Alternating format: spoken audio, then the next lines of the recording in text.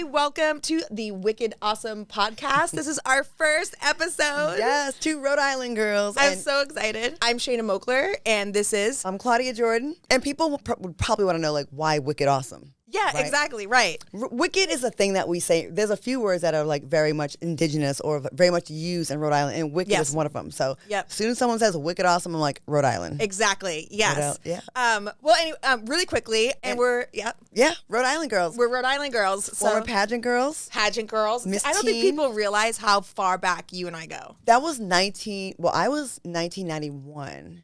I was 1992. So you were... I was 90. Okay. Okay, so I was going for teen. I crowned the girl that crowned you. I crowned Gina, and then Gina crowned you as yes, teen. Exactly. Okay.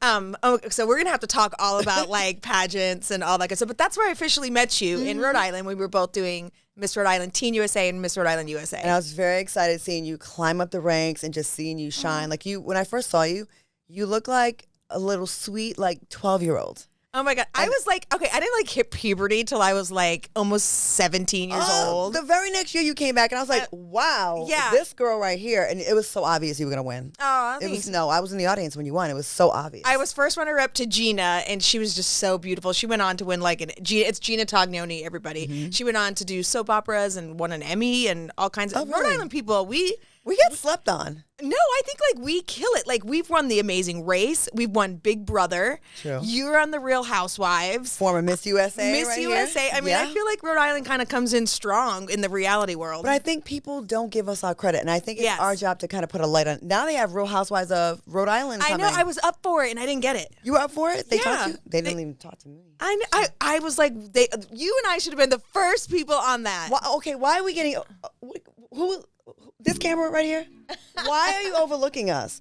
Who is on that show that's better than Shanna Moakler and Claudia Jordan? We would Rhode Island. We would go back to Rhode Island. I would go back and just set up camp for a little bit. Oh, I was going to go buy my parents' house back. Yes. I mean, I was like, this is a legacy story. I can't even believe I get to go back and film there. That would be, I went and met the producers. And this is like the How can they say no to you? Girl, this is the third time I've met with producers for Real Housewives.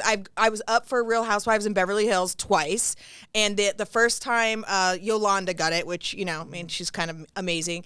And then the second time was this last year. I don't even know who they went with. I think on Beverly Hills? Yeah, on Beverly Hills. I don't even know who they went with. Well, don't you worry, Missy, because I'm in talks with a major producer about doing a show here in Dallas. So yes, and that's why I wanted you to go to dinner and meet my friends. Yes, and meet some of the potentials. Okay, and then see what you think and see how you like match with the girls. Oh, I would love that. Oh my God, filming in Dallas. I mean, I got to be honest. I've met a bunch of different women, different kind of social groups here in Dallas, and it's amazing. These women are no joke. Like, they are. And they have a lot of money, or they married well. They are rich. Yep. They are beautiful, and they are fit, and they all have their own things going on. Like, and a lot of them, like I say they marry rich, but there's a lot of women here that they are the breadwinners, and they're very wealthy, rich, opulent lifestyles, and I'm like, I like that. They are just like, but they're all doing stuff, like whether it's they're in real estate or they're, working with the Dallas Cowboys, or they're all like, and I've met so many former Dallas Cowboy cheerleaders, which I'm just like obsessed with. My friend Jill Marie Jones is a former Dallas Cowboys cheerleader, and she was on the show Girlfriends. Oh, okay. She's a big actress, so she's on here too. Yeah, I'm gonna introduce you to my friends. We gotta mesh. Oh my God, girl, I would love that. A show in Dallas would be the most like epic. We're gonna do it. Ever. So you gotta be careful here, Shayna. Now I'm a veteran of Dallas. I've been here 7 years. You're a newbie here. I remember when you moved here. I remember when you told me you were moving here to go do the radio show. 7 years ago, and I gained 30 pounds my first year. Oh my God, the full on double chin. I still have the remnants of it. I've gained 15 back, so already I'm going back on my trizepatide. Oh, I started yesterday. Oh, okay, good. Yeah, so we're gonna be trizepatide sisters. Okay, yes. What's your goal? I want to lose like 15. I need to lose like 20, 25. Where? I do. Ma'am. No, I do. I hide it really good, but I got a little thicky. I kind of go back and forth. Sometimes I like being a little thicker. Yeah. And then, sometimes I'm like, all right, I need to rein this in. What's but your man these think? Dallas women. Man like it? He's very supportive. He just wants me to be the best version of myself. I'm so in love. I love a guy that's okay with like, that's like, I don't care what you are, it's you. Yeah, exactly. I like the thickness, because LA, it's like not like that. No, LA is, I remember when I first moved to LA and I was Miss USA, I was 115 pounds. And I remember they told me, I needed to lose weight. And I was like, I'm 115 pounds. And I was just like, and I was, when I competed at Miss USA, I was like 110. That's so small. I was really, and just naturally, I really was just naturally kind of underweight. And I was, like I said, I was a late bloomer. But then I had my first daughter. And I even posed for Playboy after that. And I was like 117 pounds. And they still told me I had to like lose weight. 117 is what I was in like 8th grade. Right. Okay. 8th grade, 117. I remember going to New York to model and just having doors shut in my face. That they said I had to be like 5'9", 110, 115 if you're muscular. I'm like, what? I remember looking at photos of me and recently just looking at photos and I'm like, oh my God, I was modeling in New York and they told me that I was too fat. I had to lose weight. And I just was like, if I had lost anything, it would have been so sickly, anorexically scary. And they did not care. They did not care, no. Well, I like this reality space, game show model space. Yes. It's a lot like more forgiving. I love it, yeah. You can just kind of like just do you, and it's like whatever, it's more about your personality, which I think you always had a big personality. I always had a big personality. That's better suited for us than just being skinny clothes hangers. Yeah, exactly. Yeah, I don't know. I'm happy they have tirzepatide now, though. Same. It's so funny because when I first started doing it, I told people that I was doing it, and they were like, "Oh my God, that is so." People are so judgmental. Yeah, so judgmental. It's kind of like with Botox too. I remember when I first started doing Botox, and people were like, "Oh, your face is so different now," and I'm like, "No, it's not. That's exactly filler the that same. does that." Yeah. Okay, Botox, which I need some. It just slows down the aging process. Yeah, but then when it becomes like trendy and everyone's doing, and then it's just like, oh, but I was like shit on for doing it, For Botox?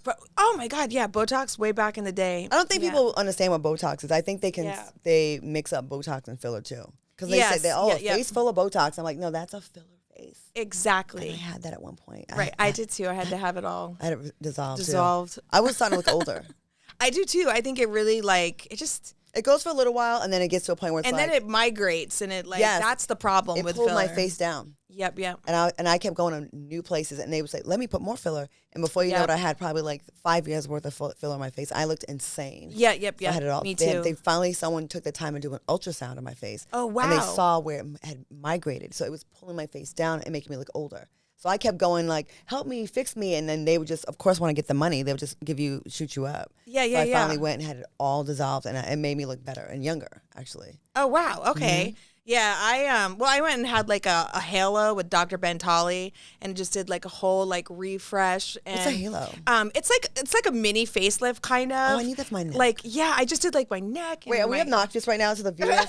Are they like, shut the fuck up, Miss USA and top 10 Miss USA contestants? You're really bitching about this to us right now. Sorry. I have to say my like fan base are women who are really into anti-aging and women who are just interested in finding out new things, like so we what can be works. Real with it. Yeah, like what works and what doesn't work. Like, and that's a big thing. Like, there are women that don't know the difference between Botox and filler, and there is a big group of women that don't know the difference between Ozempic and Mounjaro, which is semaglutide and tirzepatide. And so these are the things that they really are interested in knowing. And then also I do like a YouTube channel where I go to different med spas and show different, lasers, or, whether someone wants to do a CO2 laser or someone wants to do a halo, or if someone wants to, all different kind of stuff, because women are dying to know. So you're things. the person I need to talk to you about tightening this chin up. I will give you ladies. I will give you the rundown for everything, like what hurts, the cost of things, what's worth doing, what's not worth doing. Like, so that's the outside of your body, the aging. Yeah. What about the inside? Have you had any issues? Like, let's cut to the chase. Let's talk about sex. Have you noticed a difference now? How old are you now? I'm just turned 50. I just turned 50. Wow, you still so the good. big 50 this year. 50 and 52. Nice, okay. yay. Yeah. I gotta be honest, like my 40s were not fun. I did not have a good my 20s were epic. My 30s were fun. 40s was not a good decade, but 50 so far, I'm going through really mentally? loving it. Mentally, like just dealing with stress. Yeah, but 50 so far, I'm enjoying. I'm hoping this decade is gonna be I think 50, more on fire. If you take care of yourself, Yeah. can be like the best. Because I see some people fall apart in their 50s, but then the ones that really prioritize like keeping themselves together, that's when you have the most money. You have the most confidence. Like, you're just like not worried about the little bullshit that you were worried about when you were 20 and 30. Yeah, you know what I mean? yeah. I just think it's a good time for women, especially if you keep it together. Yeah, but, yeah. Okay, did you get to a point where like sexually, like your sex drive, you feel like it went down? No, so I think I'm like perimenopause. Like, I think that's where I'm at. So everything's like weird for me. Like, there's times where I think like I'm done, and then all of a sudden my body's like, woo. And so I'm just like up and down like a roller coaster, but I'm still very active and having fun still and feel good. I can't sleep. I can't sleep ever. I lost like all my hair. Like, really? I don't know if it's from COVID or it's from like perimenopause. So the hair thing. I had a lot of hair. That's why I'm wearing like crazy hair extensions. But because I always had like great hair, and then I like lost all my hair. So that's a symptom. I know the non-sleeping thing. Hot flashes. Like, I haven't had those yet. Brutal. Oh my God. Does it feel like you're burning from within? Yeah, like you're just sitting there, and all of a sudden you feel it. You really physically feel like it coming on, and then you're just like sweating. You're just sweating. You're like dying. It's really weird. And that doesn't help lose weight.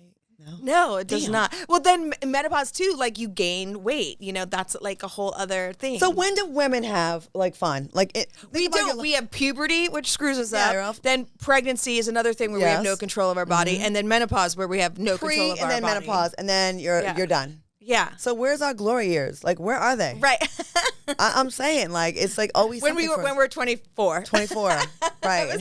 and broke. Glory. And broke. That sounds broke. I couldn't do shit when I was 24. I know, right? I was just trying. I noticed a few years back that my sex drive was like going away, but I also I think sometimes that happens when you get comfortable in a relationship as well. Yeah, I mean, when you get in a relationship, it's definitely, you have to keep it, I think, spicy. You have to keep it. Like, I think making date nights is important. I think constantly communicating with your partner. Alcohol, drugs. Let's keep it real, Shanna. Yeah, alcohol, you need drugs. all that. At some point, it's like, okay, I'm sick. I've seen you pee in the toilet. See, I'm not attracted to you anymore. Let's just smoke some weed or something. Or I can't smoke weed. I get like really paranoid. My brain, I know there's some people that I know that like need weed. Like, I'm like, you should probably go smoke and calm down. You know what I mean? Like, it makes them better human beings. Like, I really believe that. But for me, it makes like my mind like race. I'm no fun on weed. I'm going to sleep. Yeah.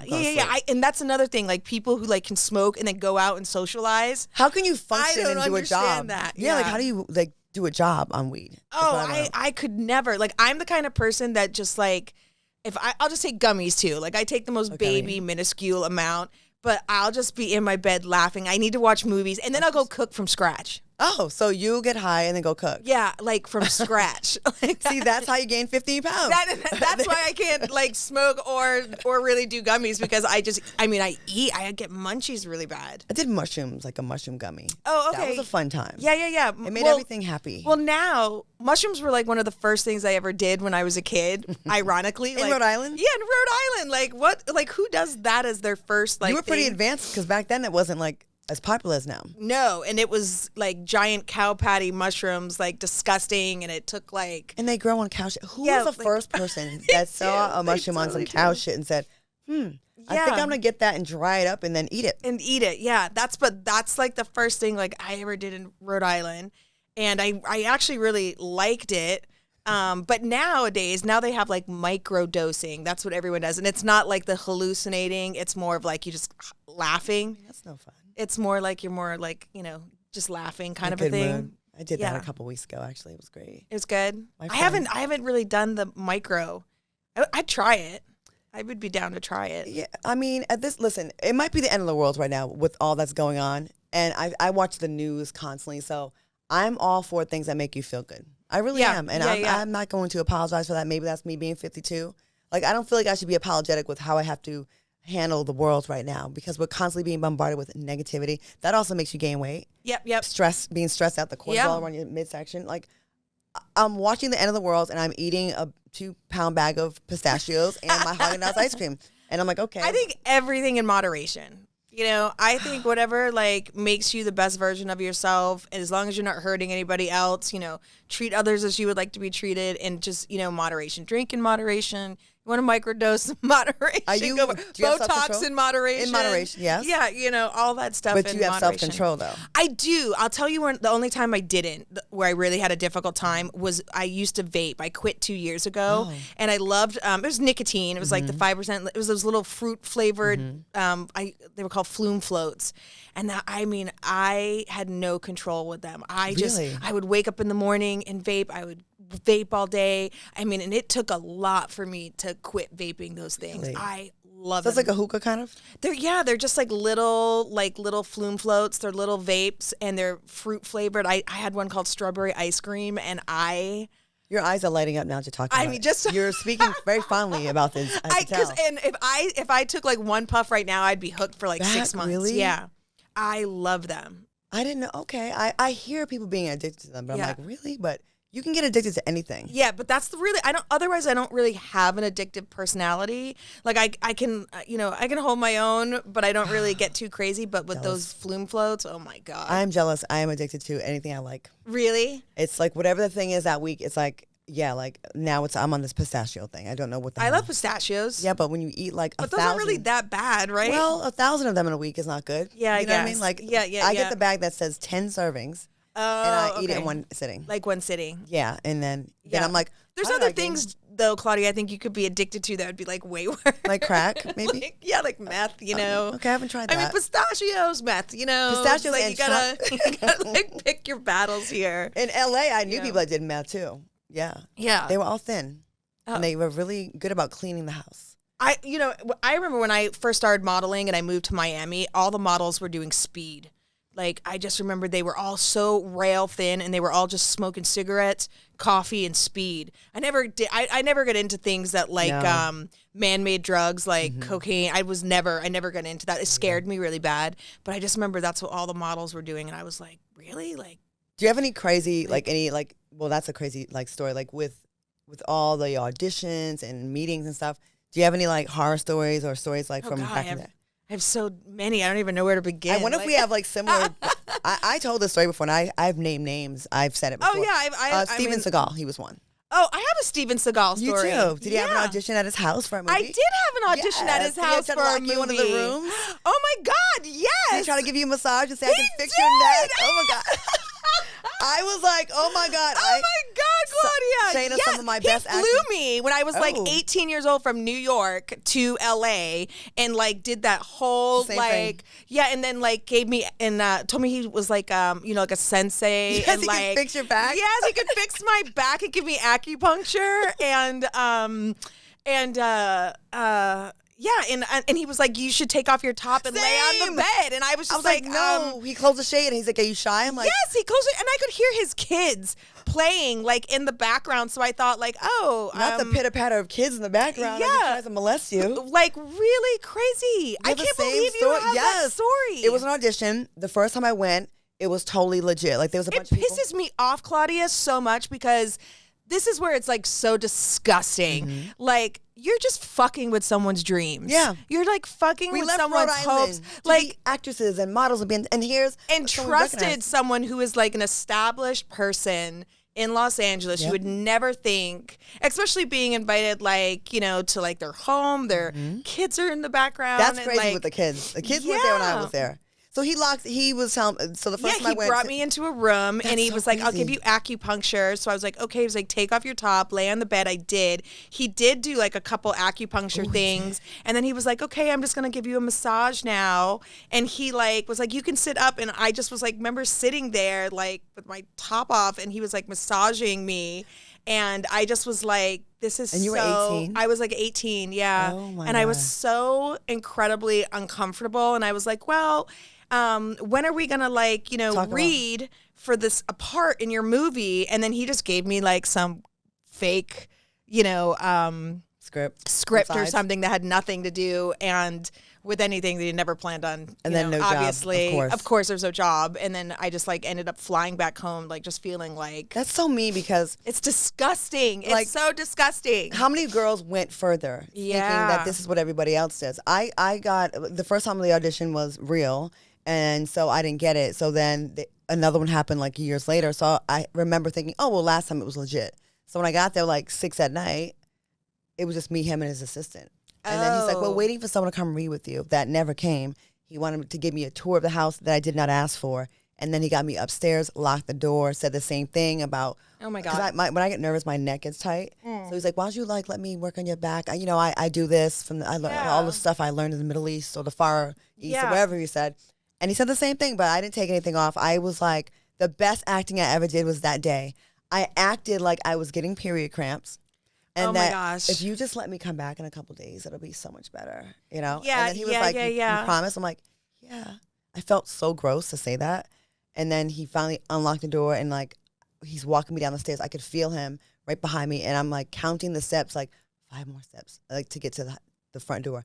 I got my car. I locked it, and I just bawled, crying. Called the person that set up the interview, and I'm like, "You fucking set me up. Like there's no way you did not set me up. You know? Yeah. But yeah, so he's done the same thing to us.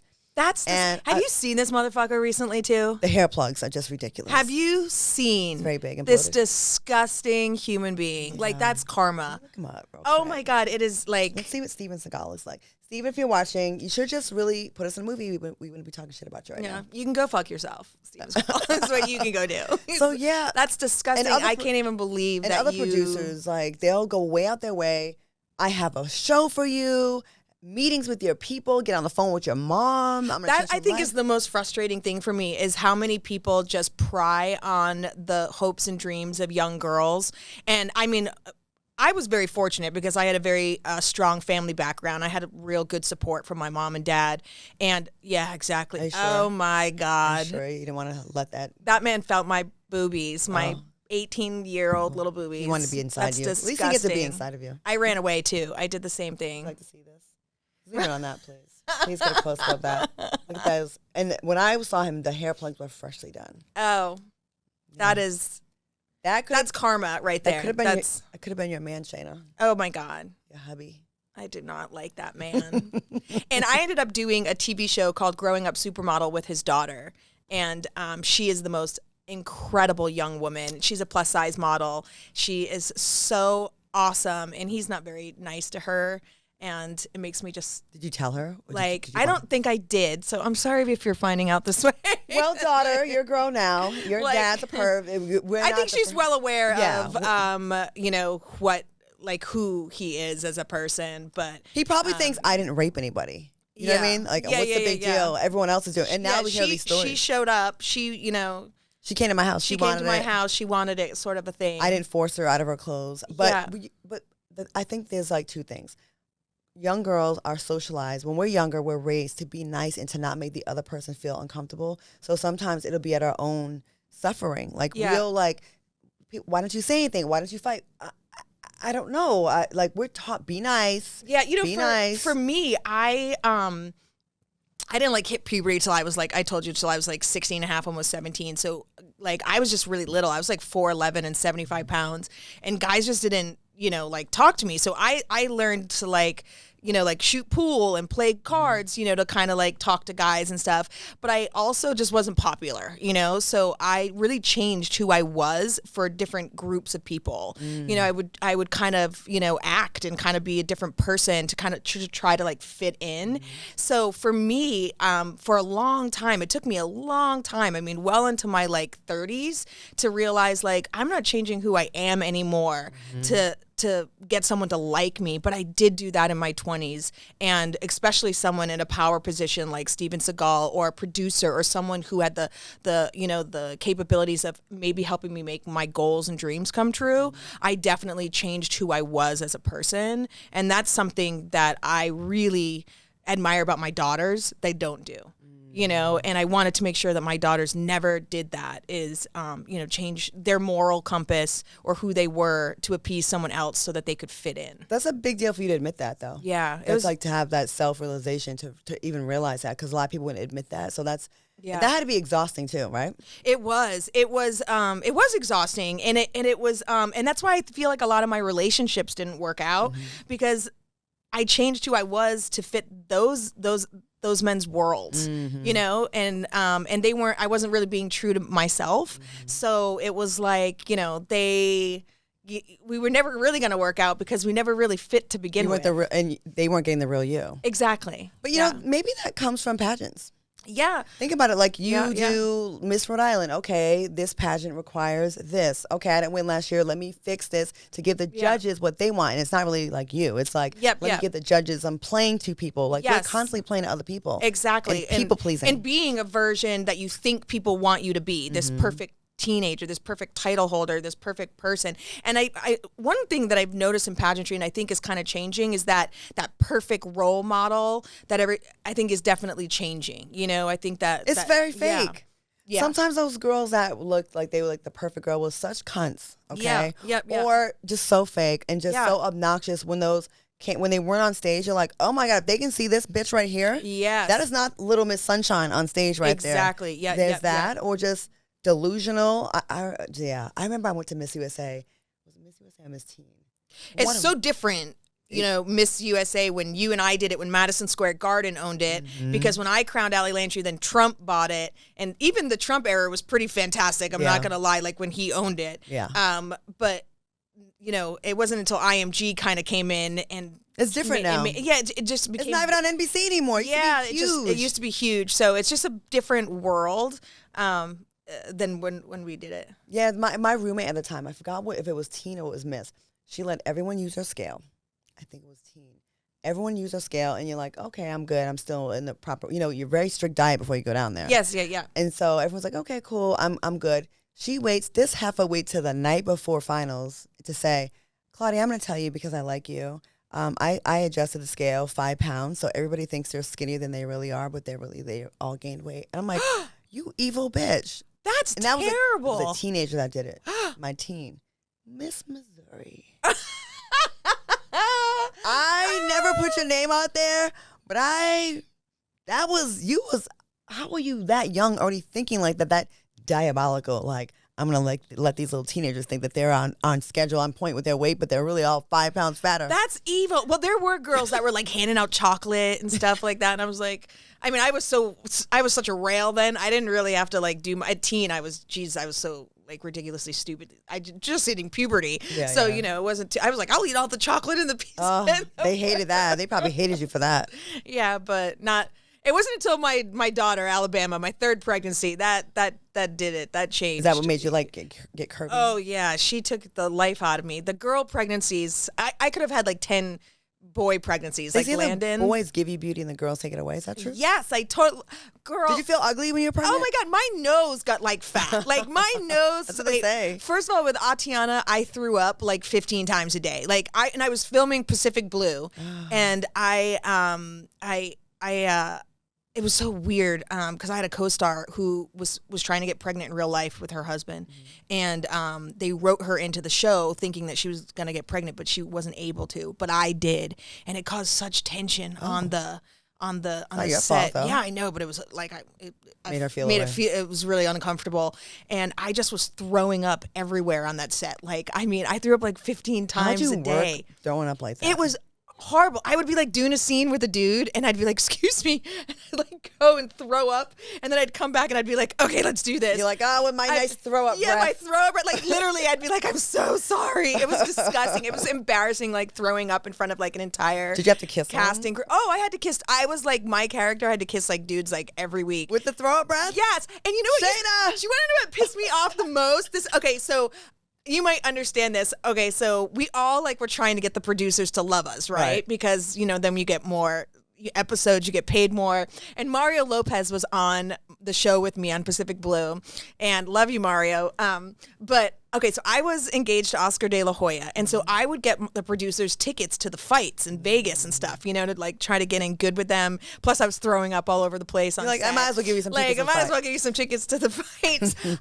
But then Mario made them all judges at the Miss Hawaiian Tropic Bikini Contests in Hawaii. Went up to you. Is that a one-up? No, oh yeah. And then what they did is they would bus all these Hawaiian Tropic models and use them as extras on set. Oh my God. And I was just like throwing up in front of all the Hawaiian Tropic. That damn Mario Lopez. He was good. He got me good. I was like, damn, Mario. But I would think, I'm a girl, so I'd rather go to the fight and see the fight. Yeah, I mean, I thought the fight. I think that's a pretty good. Yeah.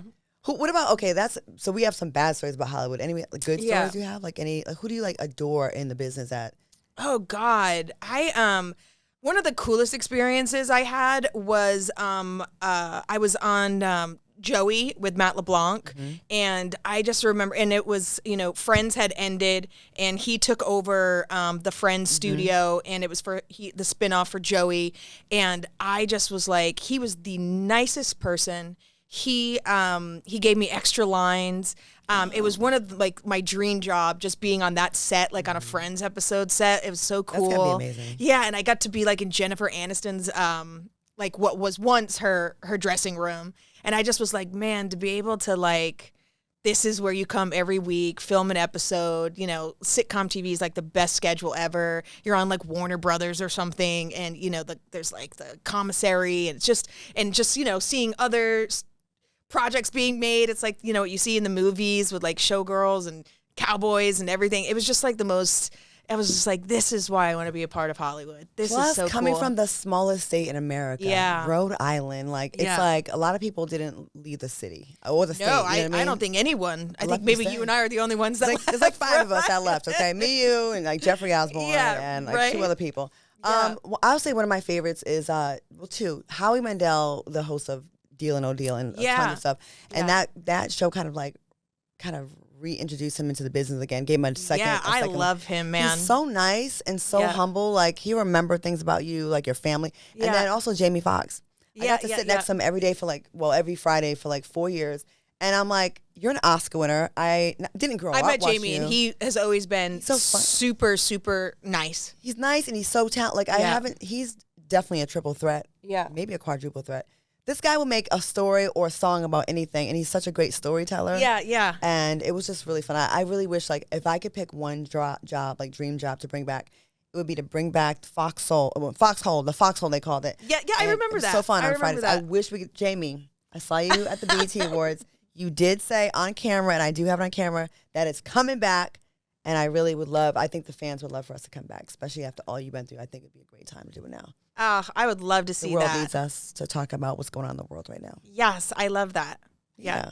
Oh, that's cool. Yeah, he's awesome. And he's from Texas. Is he really? Terrell, Texas, down the street. That's awesome. Mm-hmm. Oh my God. Okay, so I have a couple questions here too. Oh. I broke it down. These are questions, by the way, that I put on my Instagram. Was like, hey, what would you want Claudia and I to talk about? So there's tons of different ones, and so I can do ask me anything. Yeah. Do you want me to ask you some as well? Yeah. Well, yeah. Here's some. Here you can kind of go through because there's personal and nostalgic. There's relationship and love, friendship and social dynamics, lifestyle and fun, wicked spicy, and celebrity pop culture. Okay. And these are actual questions that people have wrote in and asked us to talk about. So I don't know. You can go through. Want to just go through each one? Sure. Okay, so why don't you pick one from personal and nostalgic? Okay. We kind of gave some of the tea from the Yeah, we kind of already did that one, right? Yeah, behind the scenes dish. Okay. What about relationship and love? Okay. Well, I'm happy that you're in a good place because I think we were talking. Remember we were talking on Facebook. Instant message about the situation he was in. Yeah. I was like, fuck him. Yeah. Blah, blah, blah, blah, blah. He was back and forth. Yeah. Yeah, and I know that you're happy. So when did you know that Greg was the one for you to leave California and come to Texas? And okay, a lot of people don't know this, so this is kind of interesting. So I dated Greg 30 years ago in Miami. When I left Rhode Island to model in Miami, Greg was one of the first people that I met. And he's actually one of the first people that I was with. Oh, so he got there early. Yeah, I kind of lost my beat to him. So what? Yes, isn't that crazy? What? Yes. For real? For real. So he may be your first and your last? Yeah. Isn't that romantic? That's so cute. Yeah, so cute. So we dated in Miami, and then I went to New York and he went to LA. I did Miss New York, Miss USA. Then that brought me to LA. We kind of dated a little bit in LA, but we were just so young. We were in the movie Poison Ivy together. So yeah, and so we kind of dated, but then, you know, like we were so young and life just kind of like took us in different ways. It seems like y'all can leave each other alone. Y'all keep coming back. I know. It's so weird too, because we've realized that even though we were in LA, we were always kind of right near each other. Like we lived like right near, we were just like, you know, I was walking in the coffee shop, he was walking in while I was walking in, just always kind of two ships passing in the night. But yeah, we ran into each other. Jason Momoa had a vodka launch and we're, you know, buddies of his from way back in the day. And we went to go support him, ran into each other, and I hugged him, Claudia. And I was like, oh my God, it's you.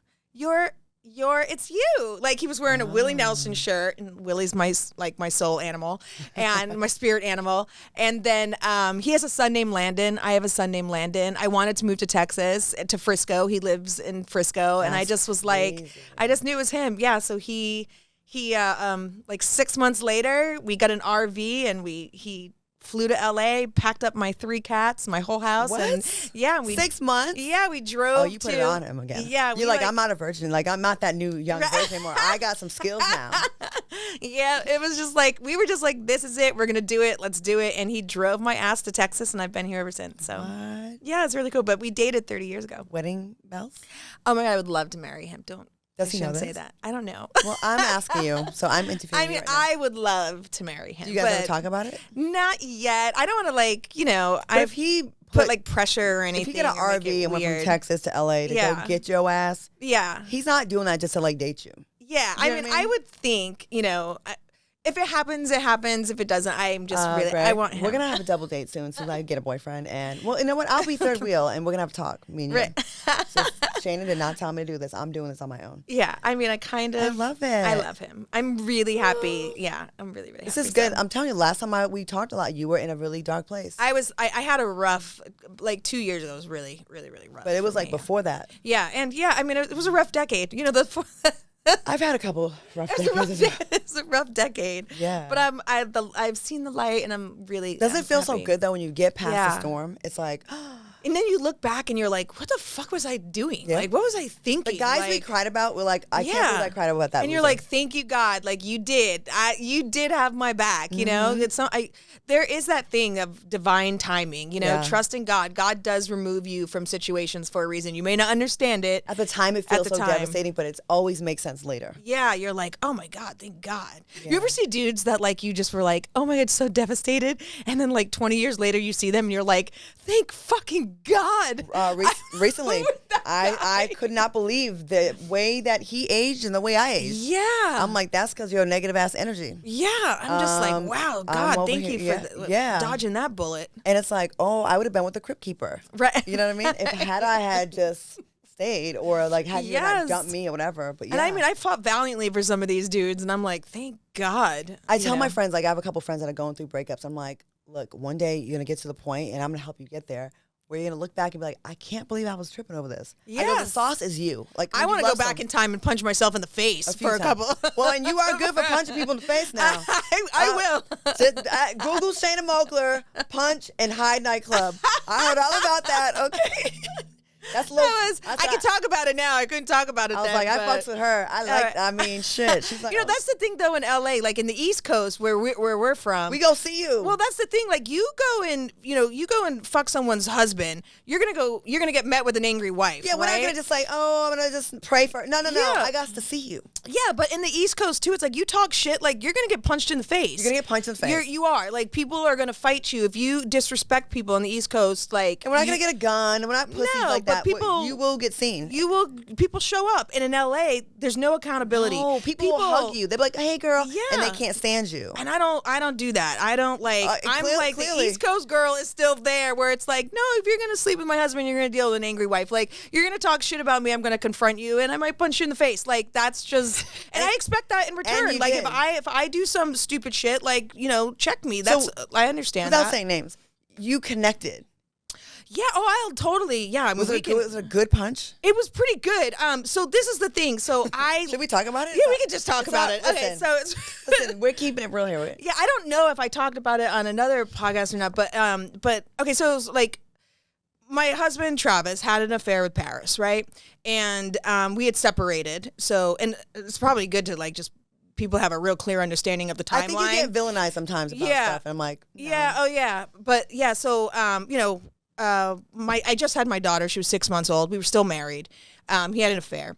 We separated. So we were separated. You know. But did she know you?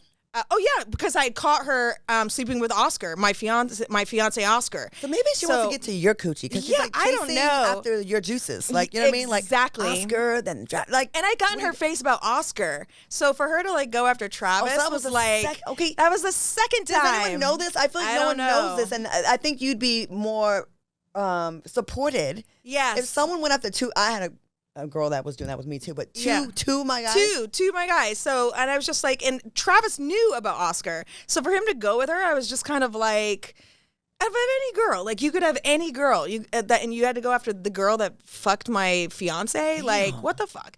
So anyway, so I knew that they were hanging out with each other, and they were running around Hollywood, whatever. And I went out because Max and Maxim from Dancing with the Stars, they couldn't get into this. They just started. They couldn't get in this Hyde. They couldn't get in this stupid nightclub. Hyde was a really poppin' but small nightclub in Hollywood. And I didn't want to go out that night, but I was like, all right, I'll go. So I was at one club, and Allison, I know you remember Allison Melnick, she came in and was like, hey, Travis and Paris are coming in, like you got to leave. They asked me to leave, and I was just like, you know what?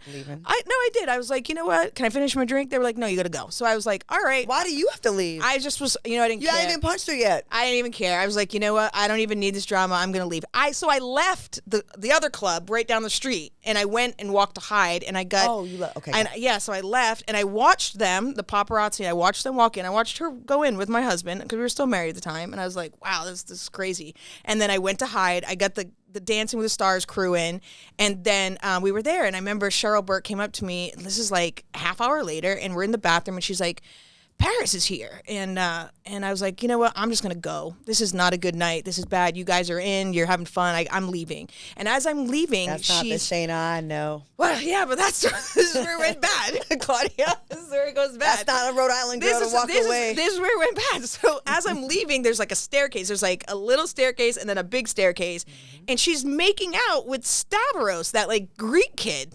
Like this, you're cheating on my husband I'm still married to. I just watched you walk in with my husband. I got an 8-month-old baby at home. How much dick do you need? Yeah, and she's making out with Stavros, and that's when I was like, I just that Kill Bill, that like that went off in my head, and that's when I like went up to her and I was like, man, you're a stupid bitch, and she was like, what? And she was like, you're a stupid bitch, like with her voice, and I just clocked her, and she went down, and I was about to go on top of her. Yeah. And the Stavros guy, hit me and like shoved me, and I flew down that other long staircase. What? Yeah, and there were two people coming up, and thank God those two people were coming up, because if they didn't, I would have rolled down that staircase. And those people kind of like caught me, and then I went up against like the railing, and he came up to me, and he grabbed my wrist, and he bent it back, and he was in my face, and he's like, you don't know who I am. And I was like, no, you don't know who I am. And I just was like, why am I standing here with this man holding my wrist? He poured his drink over my head. And so I was like, why am I standing here like this? So I need him in the nuts. I didn't know about this Yes, part. I need him in the nuts. And then where's Travis? Travis went home, I guess, because she was with him. And so then I was on the other side, and that's when the owner of the club came up to me and was like, you need to leave, and blah. And I was like, I'm not leaving until you call the police. And I was like, you can call the police. That man just put hands on me. And even like another guy was like, I watched him put hands on her. And, even though I had just like punched Paris. put hands on Paris, but they like skedaddled her out the back door. They threw me out the front door, and you can still see it on YouTube, like me coming out the paparazzi. They were like, the police are here, but they weren't there. They lied, and they just shoved me out the front door, and my car was at the other club down the street, and I had to walk from that club down the street to the other club. But was it a walk of shame, or did you feel proud? Oh don't know. I was heated. So Paris went to the police station and filed a report against me, and then I went to the police station and filed a report on Stavros. And then it just all got like thrown out at the end of the day. They kind of canceled each other out. Yeah, they kind of canceled each other out. Like, that's what like happened. And then ironically enough, Travis and I ended up reconciling like probably 3 months later. Oh. You know, yeah, reconciling. Like my girl doesn't play. Yeah, he was like, "What are you doing running around?" And I was just like, "No, I don't." How's your relationship now? Are y'all cool? I mean, we co-parent, you know, for our kids. But I mean, I have adult children. My daughter's 26, my son's really 21. Yeah, I mean, they're all in their own places, and so unless there's like a family emergency, we don't really chit chat anymore. But yeah, I'm over it. I mean, but it's nice to put the record straight so people, because there's like, I watch TikToks and things, and people like have these weird timelines, and I'm just like, that's not at all what happened. Well, now they know. Now they know. They heard it here first on the Wicked Awesome podcast. The Wicked Awesome. Wicked Awesome. I haven't punched anyone in a long time. I haven't had sex with anyone in a long time either. So I've been on the celibacy thing for a minute. Okay. It's been a while. So. And how does that like? Because how does that like? How does that make you feel, like mentally, spiritually, like physically? Do you feel more? I feel very like at peace. At peace. I feel very. It makes me. I think almost too much time has gone by now because it's making me a little scary to get in something. Yep. Because my life is so peaceful and so good right now. Yeah. Like in a relationship, listen, we love relationships but you do have the highs and the lows. I haven't had either in 2 years. Yeah, okay. No one's made me depressed and no one's made me overly happy except myself. So, but people do see me online and they're like, "Oh my God, you're glowing. Are you in love?" I'm like, I guess with myself now. Yeah. You know what I mean? Like I really value my peace. And not to say I meant to do this for this long. I meant for it to be a 6-month thing after a bad breakup. Okay. I had like a heartbreak a few years ago where I thought I was going to get married to this guy, and he met my mom and talked to her about my ring size. He went to Rhode Island and everything. Wow. And I had known him for like 10 years. And then some things changed in his life. He lost his job. And then I was willing to power through that. Like I'm in a You're ride or die. I'm ride or die. I'm in an unstable industry too. So my shows get canceled. I get that. So I was like, I'm the perfect person to be with through this storm. I get it. But he wasn't feeling good about himself. So he was like pushing me away, didn't want to speak about things. And his entire personality changed and he got really distant. And it got to a point where I couldn't even take it anymore. Yeah. So I had to get out of it. And I would have loved to have written and wrote it out with him. Sure. But if someone's miserable with themselves, I can't do anything about it. Exactly, And I felt like the more I tried, the more he resented me. Yeah. Almost like, I don't need your help. And I'm like, God, let me love you, you know? Yep. But recently I kind of misspoke on another show on The Breakfast Club, and I said that he was acting like a bee. And then I try to correct myself, but then that's the headline that I called him that. I'm like, I didn't really mean it like that. And I wanted to kind of set that record straight that I had love for him. I wanted to be there for the ups and downs. But it needs to be more than one person that is okay with that.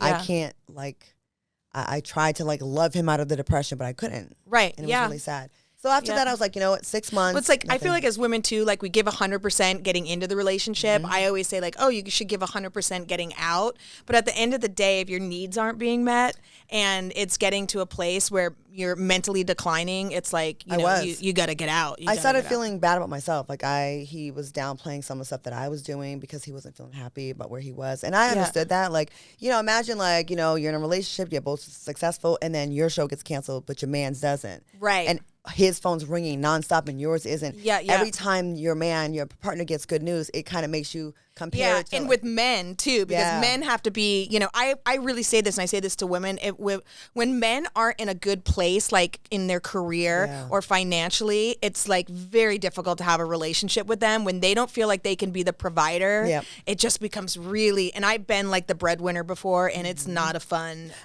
place to be. And I didn't need in a relationship. I didn't need him to pay my bills. I just needed him to be okay emotionally, and I was willing to step up, but you know, nothing. I couldn't help him. I think like when I imagine, you know, celibacy and kind of taking that, you know, that inner space for yourself, when you do meet someone, because you've kind of now set boundaries where it's like, hey, I've done the hard work. I've done the shadow work. I've done, you know, the inner work. You're going to have to step up and you're going to have to meet me at this level before I ever, you know, drop down to meet you at your level. So in a way, it's kind of kind of epic. Well, the last person I was intimate with was someone that I was just like, it wasn't anything serious, but we were like kind of like, he was after me for a long time. We finally hooked up, and I'm actually going to be tested because we're going to be in the same city soon. Yeah. I'm not going to give too many clues, but we're going to be, and he's going to be around us. Yeah. So I'm gonna test and see if there's all this self-reflection and self-inner work has really worked.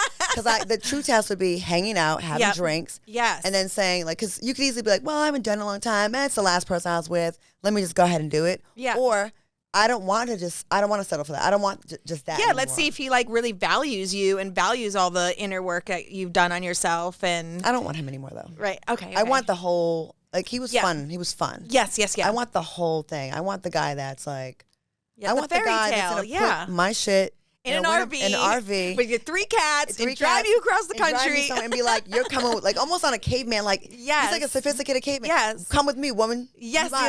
Hit me over the head and don't hit me over the head. Yes. Make me pack my shit up and go with you. I love it. I want that. Yeah, but you deserve it, and you're going to have it. For our next episode, I will update you, and I will be honest if I gave it up. Yes. Or if I held strong.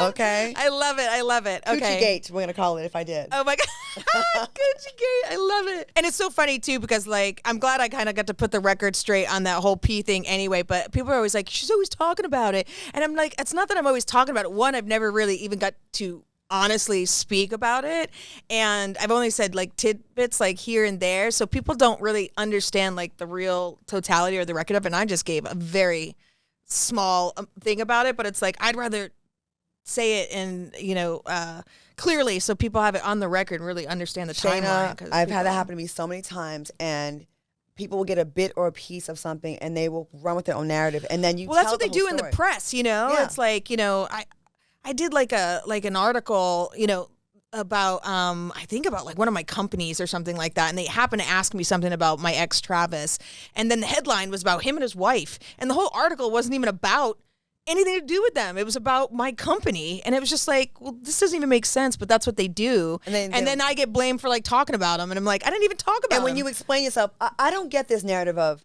well, if it wasn't true, it wouldn't bother you. You wouldn't even address it. No, because it's not true, I need to clear my name. Oh yeah, and I think that's an East Coast mentality thing too. Like I don't like. Yeah, I mean, I'd rather be brutally honest, blunt, say it, make people uncomfortable, but get the truth out than just ignore it or read fake tabloids or fake. Because you're gonna deal with those consequences. You have to deal with that judgment, like for years, and it never goes away. It's so irritating. I hate when they say when someone's trying to explain themselves that somehow makes them guilty. Yeah. Like, what? Yeah, I don't get that either. It's like super, super weird. I don't know, but wicked, spicy lifestyle, fun friendships and dynamics. Have you ever dated a narcissist? Yes, because that is some scary shit. That took me a while to get over. I feel like every guy I've dated except for Greg has been somewhat of an. Why do we attract that? Well, we're in the business. What is that? And we're kind of alpha. Yeah. And I think narcissists will target women like us that they want to like get you. I think the scariest thing that I've learned, because I've done a lot of research on narcissism and narcs, and is how they mirror you. Because, they find out all the things like your goals, your dreams, your love, and they're like, oh, I love that too. Oh, I love that too. Oh, I want to do that too. Because I dated a guy who from Rhode Island who literally was like, I want to be an actor. I want to be an actor. And I did all the stuff trying to get him to help him, got him headshots and an agent and doing this stuff, and that man is back in Rhode Island right now, literally like on the hill in a nightclub doing nothing to do with acting whatsoever. And I'm like, why did you just waste like 5 years of my life? Told you what you wanted to hear, though. Yeah, he did. That's the scariest shit about a narcissist to me. Remember the movie Something About Mary, which was shot in Rhode Island as well, yes. the Farrelly brothers. I would love to do it. Remember when Cameron Diaz what was the guy's name? Oh, yeah. He knew everything about her. Like he would use listening devices to find out that she liked architects and she wants to go to Nepal. Yes, everything she wanted and she put out there. He already knew. Like that's what they do. Yes, exactly. And right now with social media, it's so easy. Like oh my God, I love turtles. No way. I love turtles. I love kittens. I love kittens. And you're over here thinking you're bonding over organic things that you just have in common. And the trauma that trauma bond that you have with them, that's the scariest thing, because it really does, like your chemical makeup really does shift. It does. It like shifts. And I think having to go no contact, and I tell this to women. You have to go no contact with a narc. And I broke it like probably 4 or 5 times. It's hard. I tell girls, like, I don't care if you have broken no contact 4 or 5 times. you keep trying. Like it's really like an addiction, almost like a heroin addiction. Well, it was really scary. With your narc, did you have this experience? Mine was amazing for the first few, like very short amount of time, like maybe okay, so I got like kind of what do they call it in COVID when we cohabitated? Oh yeah. I it was like a COVID relationship. So no one was around. It was like just us. You know, we did that. What do they call it? Quarantine. I quarantined with him. So that's where I think he got the in on me really good. I was with a guy that's so not my type, and the first few weeks was so amazing, and then it got really cruel and mean and controlling. And then I spent the time trying to What was the cruelest thing that he did? Mine called me names like all the time. Like idiot. He called me idiot. Like, oh, really? Yeah, he'd be like, go make like dinner, idiot. Like, what's wrong with you, idiot? And I just remember like, oh my God, when did I get comfortable being like called an idiot? And then like you're this? trying to please him so he doesn't do it anymore. Like, instead of being like, fuck you. Yeah. Left me, like we'd be in a club and like, a gay guy's talking to me and that he introduced me to, and then he'd get like fake jealous and like storm out, and I'm like, wait. And it was always the fake, and I got left on all like holidays. So like my birthday, I would plan like a trip to Hawaii. Ended up going to like my like all the holidays, like Christmas, Thanksgiving. There was always a fight. There was always something created around a holiday. Yeah. That and was then like, were you nostalgic over the good times? Because that's what was hard. Yeah, well, that was the thing. So nice in the beginning. Well, they love bomb you, right? So that you hold on to that, and then you're like constantly trying to recreate the memory of what that one memory was, you know. And then you realize, like, God, I just created this whole relationship in my brain that never even existed. I think having like come to terms with that was and like being a smart girl. You feel stupid. Like, how did I let someone like that get in? And very good at like isolating you from your like mine just really isolated me from my friend. I've had to go back and really repair and apologize to a lot of people, you know.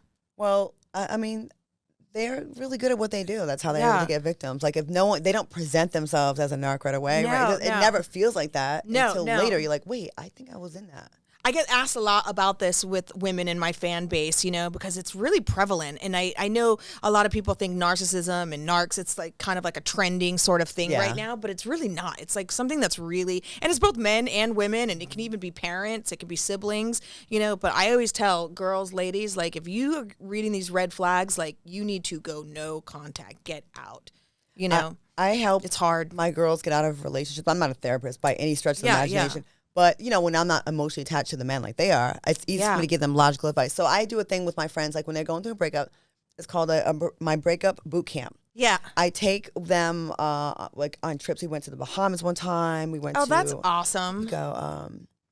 Dominican Republic. And I like get them away from their like, narcissistic boyfriends or whatever. And I just remind them that they're still that girl. Yes. You know, like you have to, because your self-esteem is in the dumps for you to be able to tolerate a man calling you an idiot. Like the Shanna I know is not doing that. The Claudia you know is not letting some guy leave her in a club and chase after him. Right. But they broke you down, so you're already not. You're not yourself. 10, right? Yeah. And just reminding them, just get away, and you have to stay moving. And you cannot. The trick. I have a friend that's going through a breakup now. It's been like 4 months, and she's made zero progress in the breakup because she doesn't do zero. She will not do the cutoff. Yeah. She won't do zero contact. So he'll get in here and there, and it still feels real, like you're still together, and they're not. They give you a little hope, breadcrumb you. And it goes south, and I feel like it goes south quicker and quicker every time you go back. Like, you know, it just goes south even faster. It's so gnarly. But yeah, that's something I'd love to touch on in the future in another podcast a little bit more.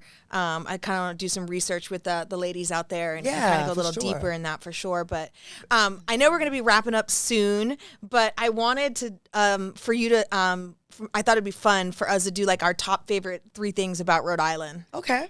I thought that would be kind of cool. The moment I touch down, I'm getting the seafood. Yes, I was just going to say clam cakes and chowder. Clam cakes, chowder, and I like the fried clams. And stuffies. They don't have fried clams. Yeah. Stuffies are like the big clamshells. They're quahogs. Hogs. Yeah. And they have stuffing in it with like chopped up clams and breading. It's so fattening, but it's so good. It's the first thing I go and get. Same. Where do you go?